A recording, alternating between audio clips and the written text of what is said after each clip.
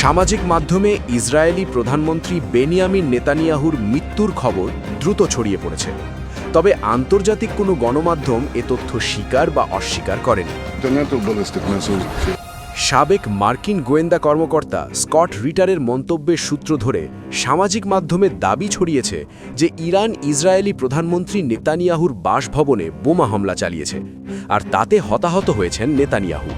ইরানের অর্ধসরকারি সংবাদ সংস্থা তসনিম নিউজ এজেন্সির একটি আনভেরিফাইড অ্যাকাউন্টের পোস্টে স্কট রিটারের মন্তব্যের কথা প্রচার করা হয়। এতে আরও বলা হয়, হামলায় নেতানিয়াহুর ভাই নিহত হয়েছেন এবং দেশটির জাতীয় নিরাপত্তা মন্ত্রী ইটেমার বেন গাভির আহত হয়েছেন। পরবর্তীতে তসনিম নিউজ তাদের ওয়েবসাইটে একটি প্রতিবেদনে জানায়, হিব্রু ভাষার কিছু অনলাইন সূত্রে নেতানিয়াহুর সম্ভাব্য মৃত্যু বা আহত হওয়ার জল্পনা বাড়ছে।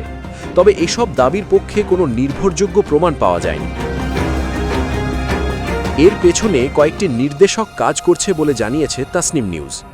সেগুলোর মধ্যে আছে 3 দিন ধরে ব্যক্তিগত চ্যানেলে নেতানিয়াহুর ভিডিও পোস্ট না করা। তার বিবৃতিগুলো ছিল কেবল লিখিত।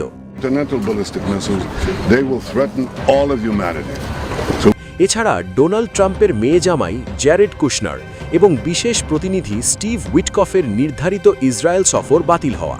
এছাড়া ফরাসি প্রেসিডেন্ট ইমানুয়েল মাখোঁর সঙ্গে নেতানিয়াহুর ফোন আলাপের সংবাদ বিজ্ঞপ্তিতে কোনো তারিখ উল্লেখ করা হয়নি।